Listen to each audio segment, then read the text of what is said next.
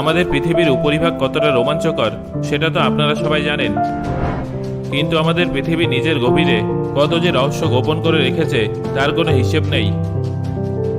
আজকের এই ভিডিওতে আমি আপনাদের পৃথিবীর অভ্যন্তরে উপস্থিত এমন একটা মূল্যবান ধাতুর সম্পর্কে রোমাঞ্চকর কিছু তথ্য জানাবো, যা পৃথিবীতে উপস্থিত সবথেকে দামি এবং কঠিন ধাতু হিসেবে জনপ্রিয়।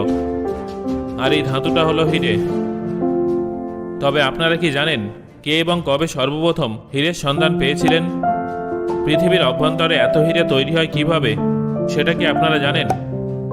কেন কোহিনূর হীরেকে অভিশপ্ত বলা হয়, অথবা কেন এই হীরের কারণে অনেক সাম্রাজ্য শেষ হয়ে গিয়েছিল, সেই কাহিনীকে আপনারা আগে কখনো শুনেছেন?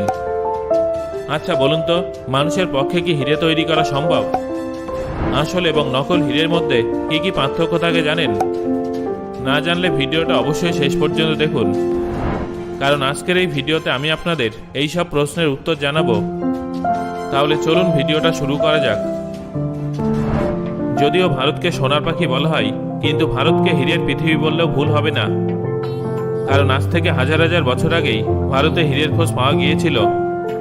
শুধু তাই নয়, 1800 শতক পর্যন্ত সারা পৃথিবীর মধ্যে একমাত্র ভারতেই হীরে পাওয়া যেত। আপনারা জানলে অবাক হয়ে যাবেন যে 400 খ্রিস্টপূর্বাব্দে ভারতে হীরের সন্ধান পাওয়া গিয়েছিল। সেই সময় হায়দ্রাবাদের গোলকোন্ডা খনি থেকে হীরে বের করা হতো। পৃথিবীর সবথেকে দামি হীরে কোহিনূরও কিন্তু ভারতের গোলকোন্ডা খনি থেকেই বের করা হয়েছিল, যা কয়েক শতাব্দী পর্যন্ত আকর্ষণের কেন্দ্রবিন্দু ছিল।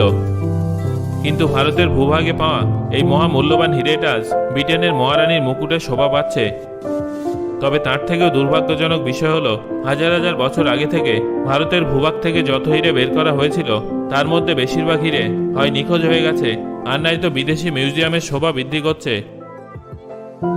বিজ্ঞানীদের মতে মাটির নিচে 160 কিলোমিটার গভীরে পরিবেশ প্রচণ্ড গরম থাকে, যেখানে অতিরিক্ত প্রেসার এবং ভয়ঙ্কর তাপের মধ্যে কার্বনের অণু ব্যতিক্রমী এবং জোরালোভাবে একে অপরের সাথে জুড়ে হীরাতে পরিণত হয়।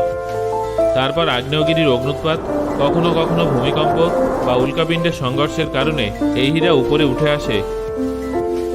আপনারা শুনলে অবাক হয়ে যাবেন যে পৃথিবীর সবথেকে কঠিন ধাতু হওয়ার পরেও যদি হীরাকে ওভেনে 763 ডিগ্রি সেলসিয়াসে গরম করা হয়, তাহলে সেই হীরা জ্বলে গিয়ে কার্বন ডাই অক্সাইডে পরিণত হবে। কোনো রকম ছাই পড়ে থাকবে না, কারণ হীরা 100% কার্বন দিয়েই তৈরি হয়। বর্তমান সময়ে মানুষ এতটাই আধুনিক হয়ে গেছে যে এখন কৃত্রিমভাবে হীরে তৈরি করাও সম্ভব। আসলে হীরা হলো কার্বন অণুর সমষ্টি। সহজ ভাষায় বললে, আমরা যেমন সুটকেসে ভর্তি জামা কাপড় বা কোনো জিনিস চেপে চেপে রেখে দিই, ঠিক সেইভাবে যখন কার্বনের অণুকে উচ্চ চাপ এবং তাপমাত্রায় চেপে চেপে একত্রিত করা হয়, তখন তৈরি হয় হীরা। ম্যানুফ্যাকচারিং প্ল্যান্টে এই পদ্ধতিতেই হীরা তৈরি করা হয়। কয়েকজন বিজ্ঞানীরা গবেষণায় জানতে পেরেছেন যে কয়লার মতো মানুষ এবং প্রাণীর টিস্যুকেও হীরেতে বদলে ফেলা সম্ভব, কারণ যে কোনো প্রাণী মূলত জল এবং কার্বনের অণু দ্বারা তৈরি হয়।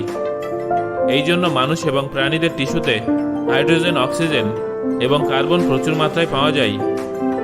যদি কোনো মৃত মানুষ বা পশুর শরীর থেকে সম্পূর্ণ হাইড্রোজেন এবং অক্সিজেন বের করে নেওয়া হয়, তাহলে তার টিস্যুতে শুধুমাত্র কার্বন অবশিষ্ট থাকবে।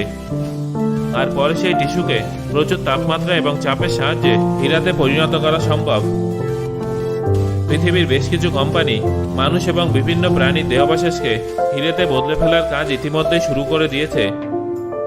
যদিও এটা অনেক ব্যয়বহুল বিষয়, তবে আপনারা হয়তো বিশ্বাস করবেন না যে কৃত্রিমভাবে তৈরি করা হীরা দেখলে আপনারা সহজে বুঝতে পারবেন না যে সেটা আসল হীরা নাকি কৃত্রিম হীরা। এছাড়াও কিছু কিছু বিজ্ঞানী পিনাট বাটারকে হীরায় বদলে ফেলতে শিখে গেছেন। পিনাট বাটারের পেস্ট পৃথিবীর পৃষ্ঠতল থেকে 800 থেকে 900 কিলোমিটার নিচে প্রচণ্ড চাপ এবং তাপের মাঝে রাখলে এটা ক্রিস্টালের গঠনে বদলে যায়, আর সেটা হীরায় পরিণত হয়ে যায়। আমেরিকার জেমোলজিক্যাল ইনস্টিটিউটের একটা গবেষণা অনুযায়ী অনেক গভীর থেকে বের করা হীরে রাসায়নিকভাবে শুদ্ধ হয়, কিন্তু তারপরেও ফ্যাক্টরিতে তৈরি করা হীরে এবং প্রাকৃতিক হীরের মধ্যে পার্থক্য খুঁজে বের করা বেশ মুশকিল। কেবলমাত্র একটা বিশেষ উপকরণের সাহায্যে আসল হীরে চেনা যায়। তবে তারপরেও এমন কিছু উপায় আছে যার সাহায্যে আসল হীরে এবং নকল হীরের তফাৎ বোঝা সম্ভব। যেমন আসল হীরের ভেতরের গঠন উঁচু নিচু হয়, কিন্তু কৃত্রিম হীরে ভিতর থেকেও স্বাভাবিক দেখতে লাগে। আসল হীরায় ভীষণ নিখুঁত খাঁজ থাকে, যা 1201 শক্তি সম্পন্ন মাইক্রোস্কোপের সাহায্যে দেখা যায়। আপনারা একটা হিরেকে সংবাদপত্রের উপরে রেখে হীরের ধার দিয়ে অক্ষরগুলো পড়ার চেষ্টা করবেন। যদি শব্দগুলো স্পষ্ট দেখতে পান তাহলে সেই হীরা আসল, আর যদি শব্দগুলো অস্পষ্ট লাগে তাহলে সেটা নকল হীরা। যদি আপনি হীরাকে আলোর মধ্যে রেখে দেন তাহলে আসল হীরার ভেতর থেকে নীল রঙের দ্যুতি বেরোবে, কিন্তু যদি হীরার ভেতর থেকে হালকা সবুজ, হলুদ বা ছাই রঙের দ্যুতি বের হয় তাহলে সেই হীরা নকল। আসল হীরা জলে ফেলা মাত্রই ডুবে যায়, কিন্তু নকল হীরা জলের উপরে ভাসতে থাকে। সাধারণত বেশিরভাগ মানুষেরই স্বপ্ন থাকে দুর্লভ ধাতু নিজের সংগ্রহে রাখার, কিন্তু আপনারা কি জানেন এই মহামূল্যবান ধাতু অনেক মানুষের জীবন ধ্বংস করে দিয়েছে। পৃথিবীর সব থেকে দামি হীরা কোহিনূর সম্পর্কে এরকমই একটা কাহিনী শোনা যায়। এমনিতে কোহিনূর শব্দের অর্থ হলো আলোর ছটা, কিন্তু মনে করা হয় যে এই হীরাটা অভিশপ্ত, আর এই হীরাটা যাদের কাছে যায় তাদের জীবন বরবাদ হয়ে যায়। এই হীরা অনেক রাজপরিবারকে ধ্বংস করে দিয়েছে। যেসব সাম্রাজ্য এই হীরাটাকে নিজের কাছে রেখেছে তারাই মৃত্যুর মুখে চলে গেছে। 1306 সালে এই হীরেটা প্রথমবার তখন চর্চায় উঠে আসে যখন এই হীরেটাকে পরিধান করা এক ব্যক্তি বলেছিলেন যে যারা এই হীরেটা পরবে তারাই জগতে রাজত্ব করবে ঠিকই, কিন্তু পাশাপাশি তাদের জীবনে দুঃখ দুর্দশাও শুরু হয়ে যাবে। আর আশ্চর্যজনকভাবে শেষমেশ এটাই হয়েছিল, কারণ যারা এই হীরেটাকে নিজেদের কাছে রেখেছিলেন তাদের প্রত্যেকের জীবনে হীরেটা খারাপ সময় নিয়ে এসেছিল। কোহিনূর হীরা তার সম্পূর্ণ ইতিহাসে আজ পর্যন্ত একবারও বিক্রি হয়নি।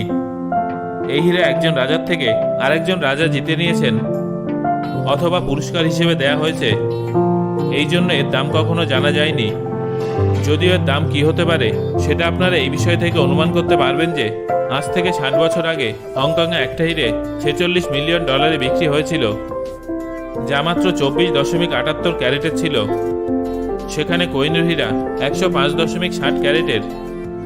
এই হিসেবে কোহিনূরের বর্তমান দাম কয়েক বিলিয়ন ডলার হতে পারে, কিন্তু বিশেষজ্ঞদের মতে কোহিনূরের বর্তমান দাম প্রায় 150,000 কোটি টাকা।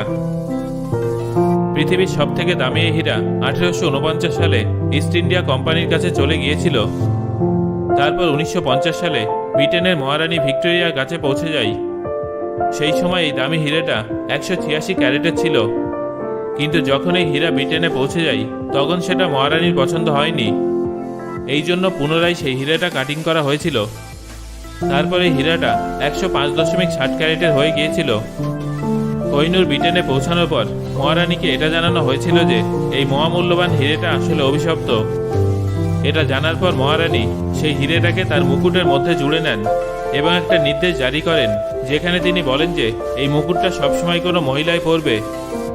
যদি কোনো সময় কোনো পুরুষ ব্রিটেনের রাজা হয় তাহলে মুকুটটা তার পরিবর্তে তার স্ত্রী পরবেন।